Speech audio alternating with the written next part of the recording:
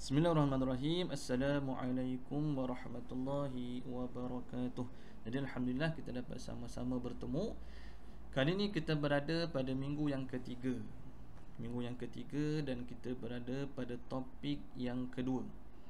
Pada minggu lepas kita dah belajar pendahuluan lah, ataupun muqaddimah ataupun introduction, pengenalan tentang qawaid fiqhiyah. Qawaid fiqhiyah. Jadi pada hari ini minggu yang ketiga, kita akan belajar topik yang kedua, iaitu position of al-qawaid al-fiqhiyah. Jadi di manakah kita menempatkan qawaid fiqhiyah ni? Boleh guna pakai ke? Ataupun sekadar nak belajar-belajar saja, nak kenal-kenal, nak tahu-tahu tentang qawaid fiqhiyah, nak tambah-tambah ilmu. Jadi di manakah position qawaid fiqhiyah ini? Okey, kita akan belajar ni insya-Allah pada hari ini secara ringkaslah. Yang pertama, kita akan belajar dua pecahan. Yang pertama adalah importance of studying qawaid fiqhiyah, ataupun kita panggil QF lah, QF qawaid fiqhiyah. Jadi penting ke kita belajar? Pentingkah kita belajar? Apa kepentingannya qawaid fiqhiyah ni? Apa keperluannya kita mengetahui tentang qawaid fiqhiyah?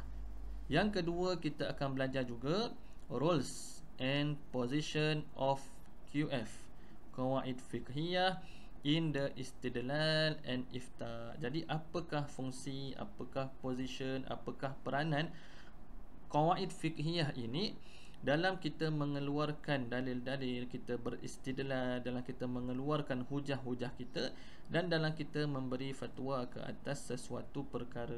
Kita nak menghukum lah sekarang ni. Jadi bila kita nak menghukum, boleh tak kita nak menggunakan qawaid fiqhiyah ini? Okey.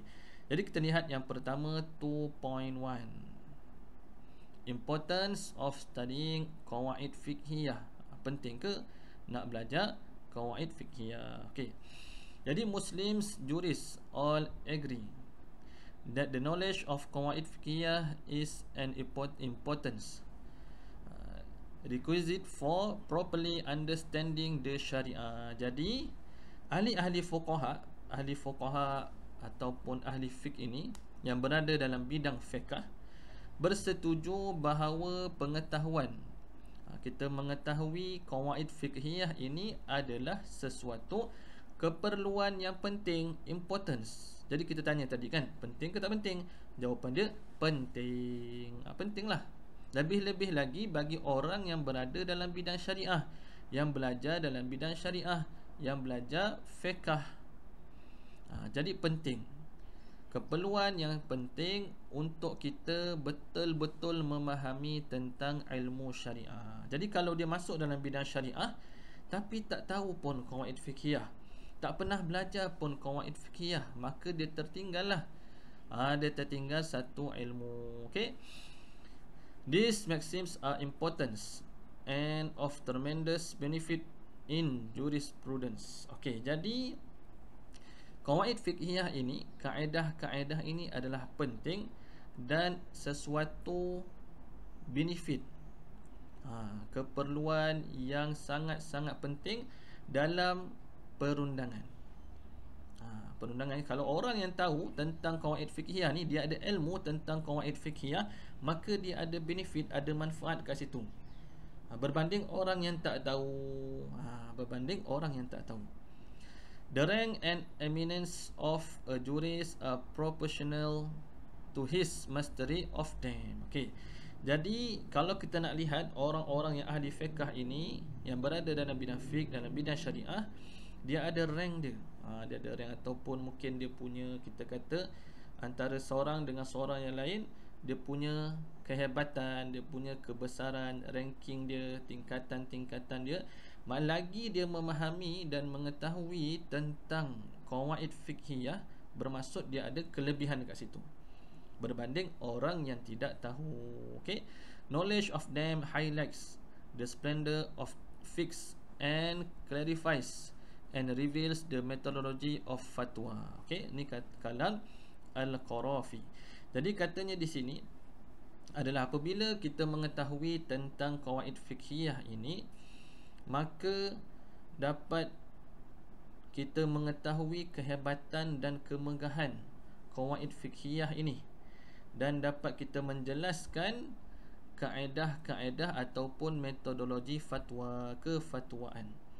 Nak mengeluarkan sesuatu hukum, perlu mengetahui, belajar, memahami qawaid fiqhiyah. Jadi apa kesimpulan dia kat sini adalah penting, important untuk kita belajar qawaid fiqhiyah. Sebab dia punya tajuk apa tadi? Important ke tak important, kan? So penting. Okay, kemudian ini antaralah dia punya huraian. Boleh baca satu persatu. Jadi yang pertamanya adalah regulate numerous widely dispersed issues, organize it in a single unit, which enables the jurist to perceive the common features that unite diverse particular. Okay, jadi kita sebagai seorang ahli fiqh, orang yang berkecimpung dalam bidang fiqh, maka apabila dia tahu tentang qawaid fiqhiyah, dia dapat mengawal selia, ataupun kalau ada banyak isu tu, ada isu pertama, isu kedua, isu ketiga, isu keempat, maka dia dapat atur ataupun menyusun isu-isu yang banyak ni dalam satu unit.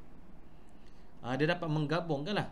Ada banyak isu ni, tapi dia dapat gabungkan, dia dapat satukan dalam satu unit, yang mana mungkin ada kesamaan antara pelbagai isu tadi. Dia ada umum ni ada banyak isu, gabung, oh dia ada persamaan rupanya. Ada putiran yang pelbagai, tetapi dia ada persamaan. Isu mungkin tak samalah, isu pertama, isu kedua, isu ketiga, isu keempat, tapi bila digabungkan dilihat, oh ada persamaan. Dan boleh menggunakan qawaid fiqhiyah yang mana isu pertama boleh guna al-adah muhakkamah, contoh. Isu kedua boleh guna al-adah muhakkamah. Isu ketiga boleh guna al-adah muhakkamah. Jadi maksudnya kat sini, walaupun dia pelbagai isu, tapi boleh ada persamaan yang bolehkan ia mengguna pakai kaedah yang sama. Okey, banyak isu digabungkan jadi satu unit. Okey, itu contohlah dia punya kepentingan kita belajar. Kemudian yang kedua, contohnya lagi, enables the jurist to be precise in his judgment and preclude the needs to memorize the rulings for most particular issues. Okey, jadi dia qawaid fiqhiyah ini membolehkan para fuqaha ataupun ahli fiqh memberikan pertimbangan ataupun judgment. Tadi kita kata in his judgment, dia menghukum sesuatu itu secara tepat. Kenapa? Sebab kita ada kaedah tadi, kita balik semula kepada kaedah. Apa dia tadi? Qawaid fiqhiyah. Dan dengan menggunakan qawaid fiqhiyah ini, tidak perlulah dia nak menghafal semua perkara, tak perlulah nak mengingat semua perkara, semua ketetapan dalam isu ni, tak perlu. Sebab balik kepada yang pertama tadi, oh kita lihat dia ada persamaan, maka mudah. Apa persamaan dia? Rujuk balik qawaid fiqhiyah tadi. So dapat memberikan penghukuman yang tepat. Judgement dia precise, tepatlah.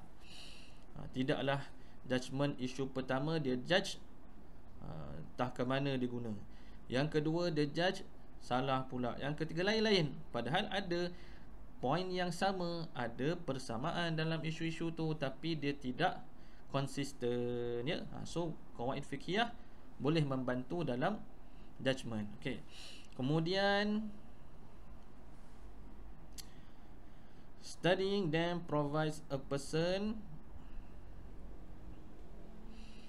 with a juristic frame of reference and outlook that illuminate the way for him to study the numerous and wide-ranging chapters of fiqh, to know the rules of the Sharia, and to deduce solution for newly arising problem. Okey, dengan belajar qawaid fiqhiyah ini, kita akan ada frame, ya, frame. Mana frame lah kita nak belajar qawaid fiqhiyah. Okey, jadi bila kita ada frame qawaid fiqhiyah. Jadi dalam frame tu, frame yang kita dah ada, maka apa-apa perkara kita rujuk frame ni. Kita tak keluarlah daripada frame ni. Frame ni memudahkan kita kerangka rujukan. Dia menjadi satu kerangka rujukan perundangan. So apa-apa kita balik semula kepada frame kita ini. Apa-apa isu, apa-apa bab tentang fiqh. Fiqh ni besar, luas. Ada je isu-isu baru kan, ada je permasalahan-permasalahan yang baru yang timbul. Maka kita balik semula kepada frame kita ni. Frame apa? Frame qawaid fiqhiyah. Okey, ni contohlah kenapa belajar, kenapa penting kita belajar qawaid fiqhiyah. Yang lain-lain ni boleh bacalah, panjang dia punya penerangan tentang kepentingan. Okey, satu lagi, kita baca satu lagi. Provide the easiest means for non-specialist on syariah to become. Jadi kat sini kita nampak easiest means. Kalau kita lihat, tak adalah susah sangat qawaid fiqhiyah ni. Mungkin tak berapa senang, tak berapa susah. Kalau kita belajar, kita boleh faham dengan penerangan yang mudah, dengan contoh-contohnya. Jadi walaupun orang itu bukan dalam bidang syariah, non-specialist, tapi dia boleh faham bila dia belajar qawaid fiqhiyah ni. Mudah sebenarnya. Kena fahamkan dia, sebab fiqh kan maksud dia faham. Dan kita boleh nampak bahawa fiqh ini, Islam ini syumul, sempurna. Sempurna Islam ni, segala-galanya kita boleh ada diceritakan dalam Islam. Ada jalan penyelesaian dia dalam Islam. Ni antara salah satulah cara yang mudah untuk kita mengenali fiqh. Ada ilmu tentang qawaid fiqhiyah, okey, dan lain-lain. Okey, itu yang pertama, importance. Okey, the functions, apa fungsi dia ni? Okey, yang pertama menjadi guidance, kita punya panduan lah. So kita nak merujuk mana? Kita rujuk qawaid fiqhiyah, kita berpandu kepada qawaid fiqhiyah. Yang kedua, as a tool. Yang pertama tadi kita punya guide, panduan kita. Yang kedua, tool. Kita menggunakan qawaid fiqhiyah ini sebagai alat towards understanding problems ataupun issues. Dalam kita nak memahami tentang sesuatu permasalahan ataupun isu-isu yang timbul berkaitan dengan fiqh ataupun syariah ini. Jadi qawaid fiqhiyah kita gunakan sebagai alat untuk memahami sesuatu permasalahan. Dan yang ketiga, boleh juga menjadi sebagai code of law. Ini kita dah pelajari pada minggu lepas, minggu yang kedua. Bolehlah kita gunakan dalam perundangan. Okey. Okey, 2.1 selesai. Apa kepentingan, importance kita mempelajari qawaid fiqhiyah. Sekarang ni kita lihat 2.2, roles and position of qawaid fiqhiyah in the istidlal and ifta. Okey, apakah roles, peranan kita nak gunakan qawaid fiqhiyah ni macam mana, dan apa position dia dalam istidlal, dalam kita mengeluarkan hujah-hujah, dalam kita berdalil, beristidlal, dan juga dalam ifta, dalam kita mengeluarkan fatwa. Okey. Okey, jadi yang pertama dia ada dua. Yang pertama, qawaid fiqhiyah are to be considered as legal evidence if it grounded on the Quran and Sunnah. Okey. Jadi qawaid fiqhiyah ini kita boleh considernya sebagai legal evidence, bukti yang sah, dalil yang sah, sekiranya ada bertepatan, ada berasaskan dengan Al-Quran dan Sunnah, Al-Quran dan hadis. Boleh ya? Boleh digunakan sebagai legal evidence, bukti yang sah, sekiranya ada berdasarkan, berasaskan Al-Quran dan hadis. Itu kena faham, dia ada pecahan dia kepada dua nanti. Yang pertama, kalau ada berdasarkan Quran hadis, maka boleh jadi sebagai bukti sah, boleh diguna pakai. Okay. Jadi ada banyaklah dia punya penerangan-penerangan dia, boleh baca.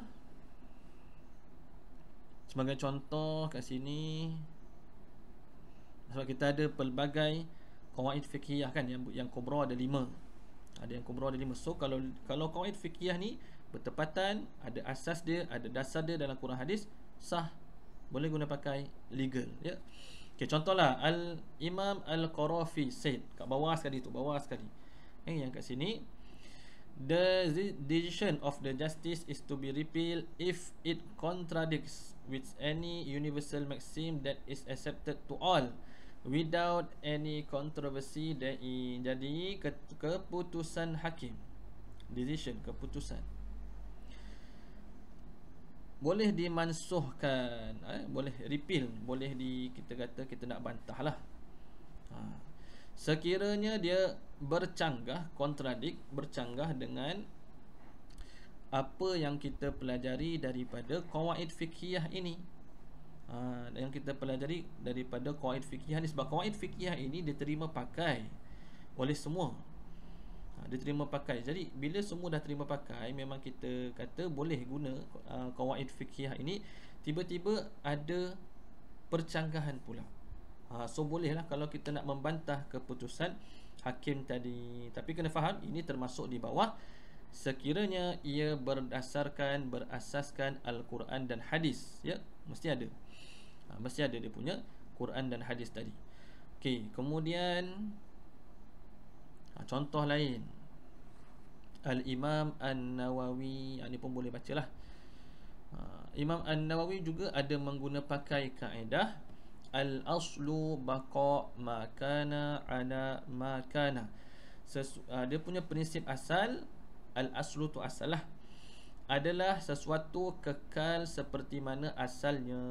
Ini kita pernah belajar juga pada minggu lepas, iaitu tentang wuduk kan. Kalau kita dah memang confirm ambil wuduk, so kekal lah, wuduk itu tetap kekal selagi mana tidak ada apa-apa yang merosakkan, memansuhkan, membatalkan wuduk tadi. So kekal wuduk, wuduk kekal, ya?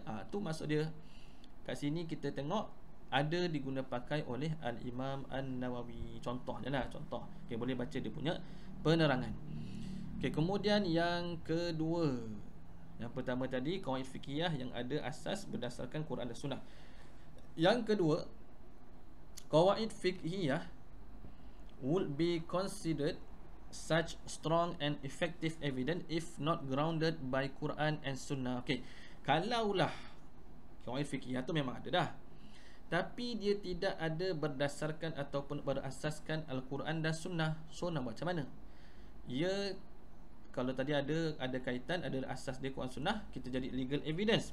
Kalau tak ada, so dia boleh consider, kita boleh pertimbangkan lah untuk sebagai qawaid fiqhiyah ni strong and effective evidence. Tadi legal, yang ni strong.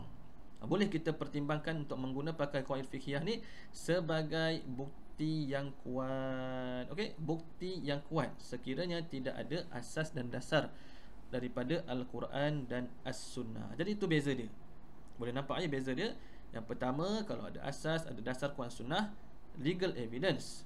Kalau tak ada dasar, tak ada asas Quran dan Sunnah, maka jadi strong evidence. Boleh consider, boleh dipertimbangkan sebagai strong evidence. Okey, contohlah, dia tak ada daripada Quran, tak ada daripada hadis kan, tapi ia disokong, kalau nak jadi kuat, ia disokong oleh with any particular legal text to make any legal decision. So ada qawaid fiqhiyah tu boleh guna pakai dengan adanya teks-teks perundangan.